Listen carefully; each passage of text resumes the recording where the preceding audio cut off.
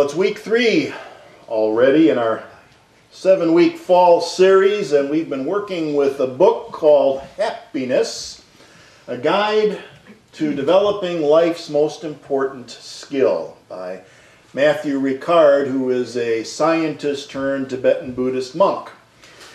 And we left off last week talking about the Buddhist concept of suffering and how we can still experience happiness as a form of human thriving or flourishing, despite the fact that suffering is a universal experience for humankind. To say that life brings suffering shouldn't really come as a surprise to any of us who've been around for more than a few years. There will be loss, there will be pain, and we don't have to be victims. That's something that Unity and Buddhism have in common, is our belief that we have the ability to shape our experience of reality. Whatever that reality happens to be, we can shape it by the way we think. And very often, suffering is caused by the way we experience reality, and sometimes that's a choice that we make. Everything in reality is subject to change. It's impermanent, constantly changing.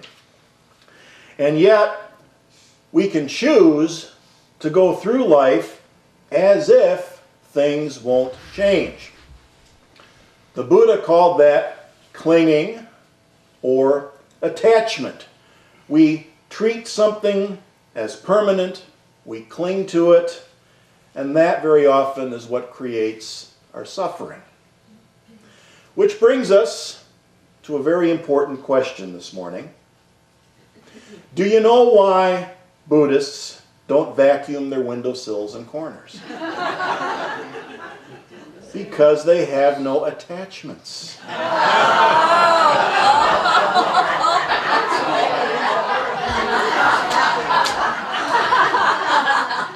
Which can also cause problems when it comes to emails. The student asks the master, "Oh, master, is it proper for a monk to use email?" And the master says, "Sure, as long as there are no attachments." Okay, so we could make a list, couldn't we? We could make a list of all the things we're attached to. Physical appearance, health, youth, wealth, possessions, professional status, social status, relationships, on it goes. Nothing inherently wrong with those things, but what they all have in common is that they're impermanent, they're going to change. It either happens gradually or in a split second. And just thinking about that for a moment can cause a certain level of anxiety, doesn't it? Just a little bit of underlying anxiety. And there are other great sages of the ages who saw this as well. Back in the 4th century BC in China, there was a Taoist teacher named Chuang-Tzu who saw it like this, or who said it like this. He said, "The ambitious run day and night in pursuit of honors, constantly in anguish about the success of their plans, dreading the miscalculation that may wreck everything. Thus they are alienated from themselves, exhausting their real life in the service of the shadow created by their insatiable hope." That was a long time ago. So we've known about this for a long time, and we're still working on dealing with it. And so far we're talking about this kind of inner turmoil, call it dissatisfaction or unhappiness, the largely self-inflicted kind. But there's another form of suffering, and we mentioned this last week. The physical kind of suffering, consisting of varying degrees of pain or discomfort that everybody experiences from time to time. And it can be physical pain, or it might consist of the overwhelming variety of psychological and emotional pain that we associate with a traumatic experience. It doesn't cause physical harm to us, but nonetheless they cause real trauma. So how can we expect to maintain that inner sense of equilibrium, inner peace, and flourishing in the face of those things, in the face of that kind of suffering, that kind of pain? Do we have to stuff our emotions, become unfeeling? Do we have to dwell in an unhealthy form of denial? Do I have to learn to accept whatever happens and not let myself be affected by it? Well, here's the promise that the author makes in the book. He says, a physical or moral pain can be intense without destroying our positive outlook on life. Once we have acquired inner well-being, it is easier to maintain our fortitude or to recover it quickly, even when we are confronted externally by difficult circumstances. Notice, he doesn't say it's easy. He only says that it's attainable with practice. And his first suggestion is that we practice becoming less self-centered and more other-oriented. Here's what he says. The essential thing is to be available to others without giving in to despair when the natural episodes of life and death follow their course. Once again, the key here is self-awareness. Do we know what's going on when we're facing those things? Do we obsessively and exclusively focus on our own problems and challenges, or can we expand our awareness? Can we expand our circle of caring and compassion to include others and see that we're all going through the same or similar thing? We all have the same or similar problems. Over in Santa Rosa, people are starting to go back to the areas that were evacuated, and some of those folks have homes to go back to. Many more don't.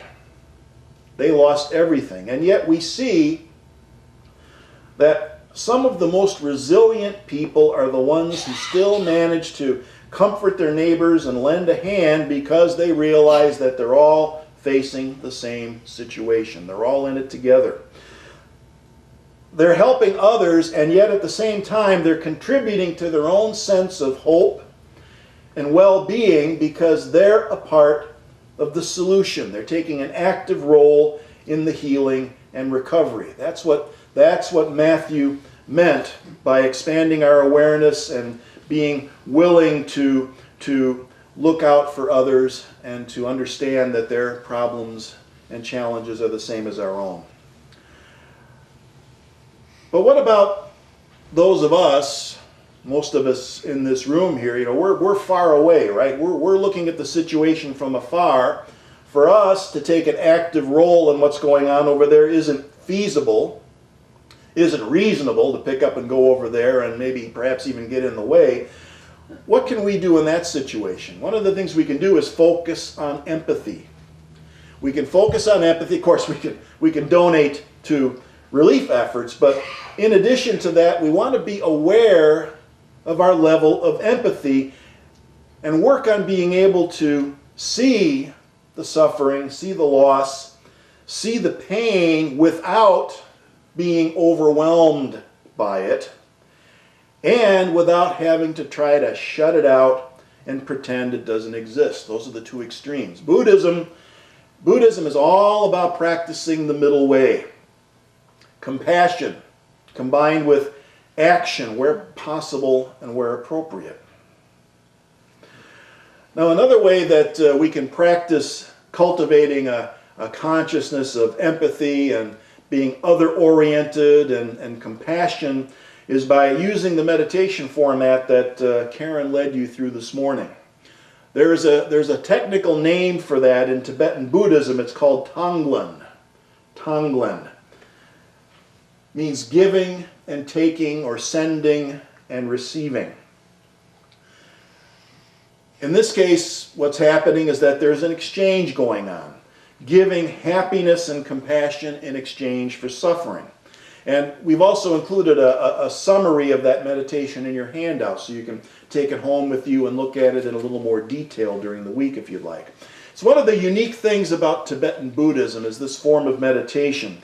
the degree to which they practice visualization, because you may have noticed that the meditation was all about visualizing different things happening. We sometimes call that guided imagery in the West.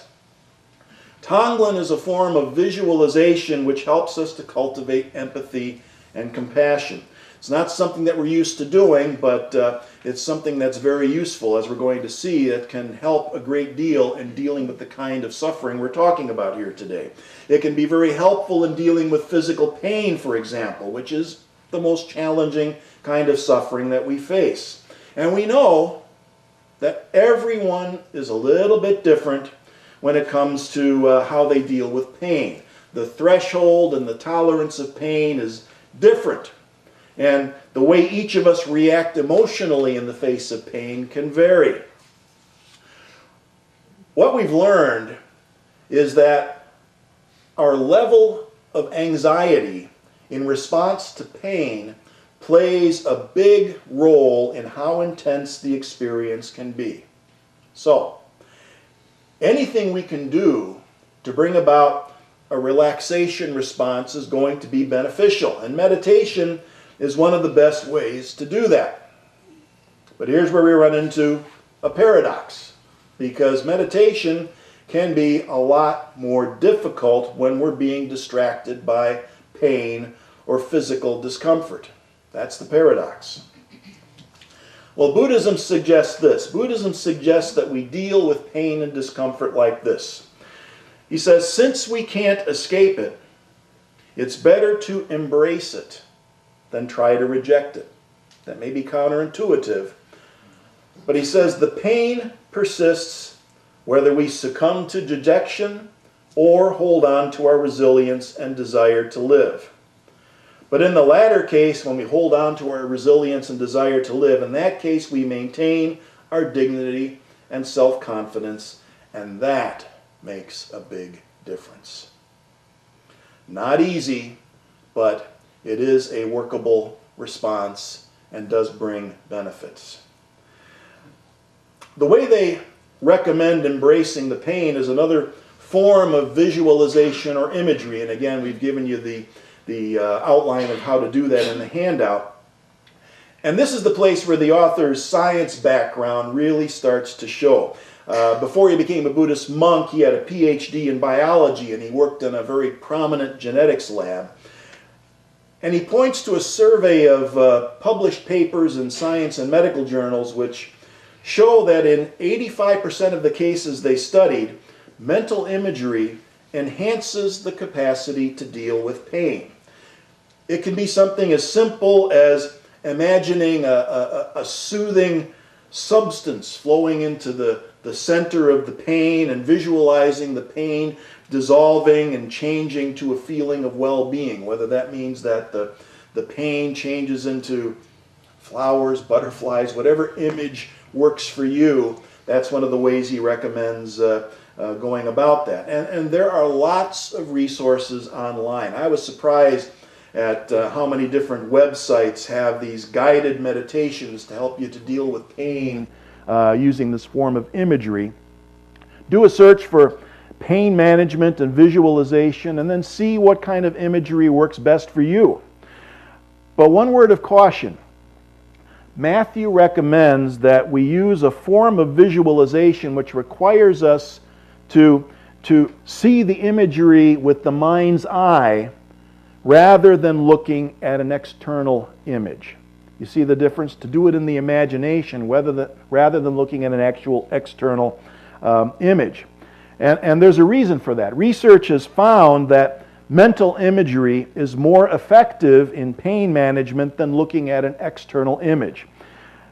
When we focus, think about it, when you're focused on an external image, the mind can still wander. But when we use the actual thought process itself to create the image, when we use the imagination to create the image, we tend to stay on task and our attention remains focused for longer. So that's why he says that. So I mentioned at the top of the series that this is week 3, and by now I think we can see clearly that the foundation for developing what he calls life's most important skill is a deeper level of self-awareness, learning what makes us tick. And another term for that is emotional intelligence. Emotional intelligence was first described back in 1964, and it was made popular in a 1995 book by Daniel Goleman. There it is, Emotional Intelligence, the groundbreaking book that redefines what it means to be smart. There's more to intelligence than IQ, is what he discovered. And for those of you who are reading the book Happiness, you may have noticed that there is a foreword to the book that was written by Daniel Goleman, which contains a glowing recommendation for the work that Matthew Ricard is doing in this field of happiness and human flourishing. And we've dealt with emotional intelligence before. We've talked about how IQ alone isn't enough. It's not the only measure of intelligence. Here's what Daniel Goleman has to say. We're not just smart by our training and expertise, but by how we handle ourselves and each other. That's what it's all about.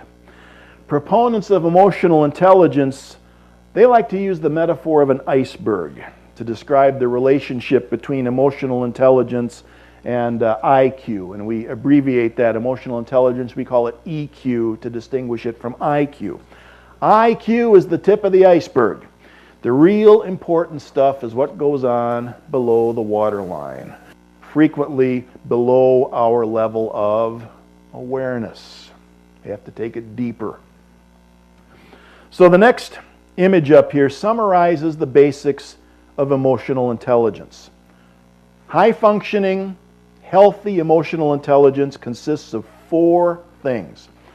Number 1, perceiving emotions. And we mean by that all of them, right? Sometimes in Unity, we tend to be way too positive and we want to shunt off the negative stuff. We want to see it all, even if we consider it to be negative. Number 2, we want to understand emotions. Number 3, we want to be able to manage our emotions. And number 4, use the emotions to our greatest benefit and the benefit of others. Everything we've been talking about so far in the book shows us that a major part of the path to true happiness is learning how to perceive, understand, use, and manage our emotions. Emotional intelligence. Early on in the book, Matthew Ricard talks about the relationship between emotional states and true happiness. He says, there exists a way of being that underlies and suffuses all emotional states, that embraces all the joys and sorrows that come to us. A happiness so deep that, as George Bernanos wrote, nothing can change it, like the vast reserve of calm water beneath a storm that manifests itself when we have freed ourselves of mental blindness and afflictive emotions. So, what do you think might be the biggest obstacle to emotional intelligence? What might really get in the way of freeing ourselves from mental blindness and our afflictive emotions? Any guesses? IQ. I heard ego. Yeah, that's there's lots of stuff there, but it all comes from one place. Ego, or more specifically, ego identification. There it is, our old friend ego and its close companion, narcissism. What do we do about it? Come back next week, and we'll start finding out. See you then.